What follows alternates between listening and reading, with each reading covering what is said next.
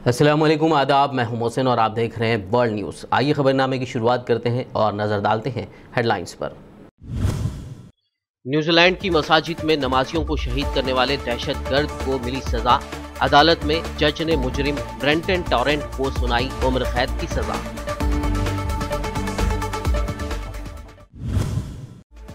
Iran और IAEA का जौहरी तंसीबात के मुआयने पर इत्तेफाक। ईरान ने जौहरी मराकज़ तक तवानाई एजेंसी को रसाई की दी इजाज़त।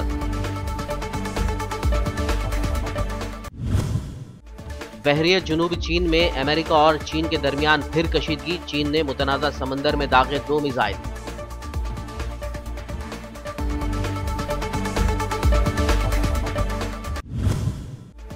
भारत चीन के रिश्तों पर वजीर खारजा जयशंकर ने दिया बयान। कहा, सरहद पर 1962 की जंग के बाद सबसे ज्यादा संगीन सूरत हाल।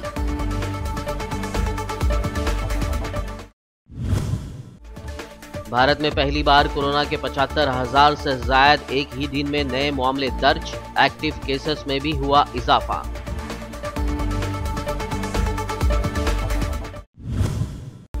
सुप्रीम कोर्ट ने भारत भर में मुहर्रम जुलूस की इजाजत देने से किया इनकार। कहा, कोरोना फैलाने के लिए एक मखसूस बिरादरी को बनाया जाएगा निशाना।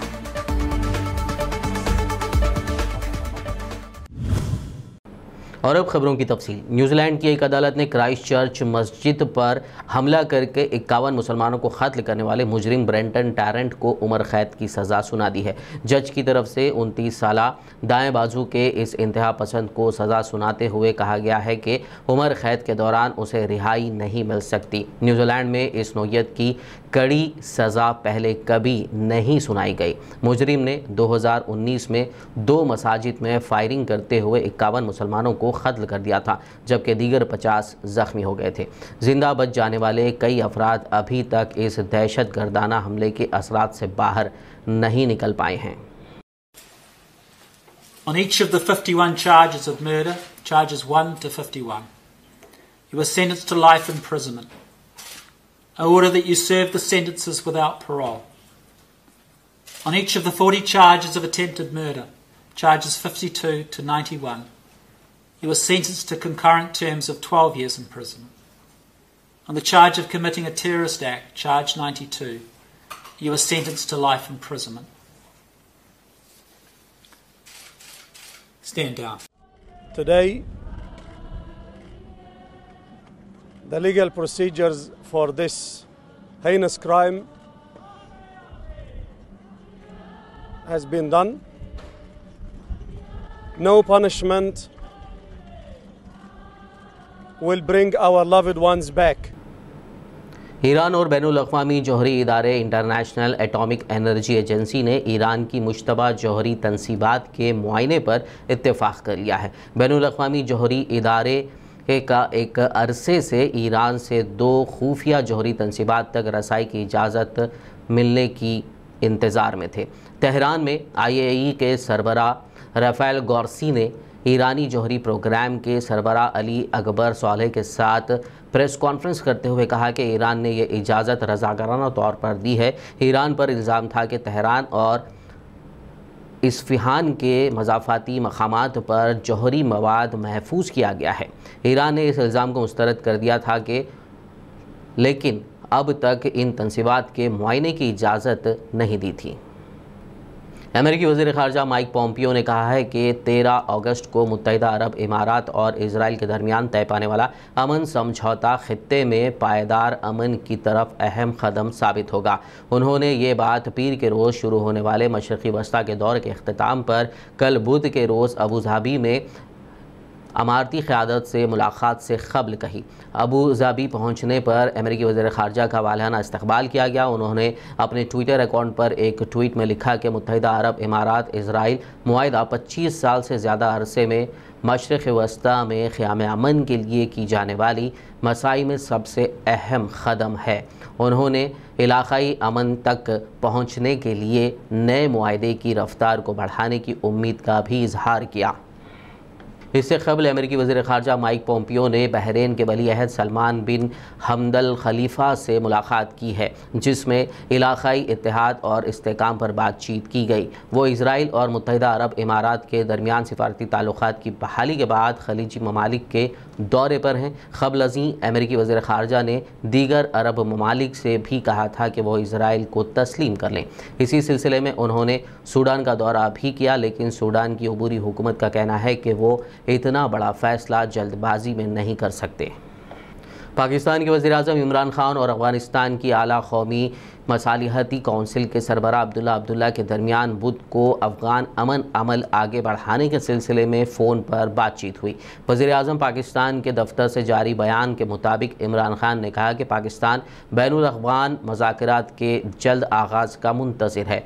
अफ़गान अमन अमल में पाकिस्तान के किरदार का तज़किरा करते हुए इमरान खान ने कहा कि अफ़गान रहनुमाओं को अफ़गानिस्तान में पायदार अमन के लिए इस वक्त मौजूद तारीख़ी मौक़ा से फ़ायदा उठाना चाहिए। इस मौके पर वज़ीर-ए-आज़म इमरान खान ने अब्दुल्ला अब्दुल्ला को पाकिस्तान का दौरा करने की दावत भी दी, जिसका शुक्रिया अदा करते हुए अब्दुल्ला अब्दुल्ला ने कहा कि वो मुस्तक़बिल क़रीब में पाकिस्तान का दौरा करेंगे।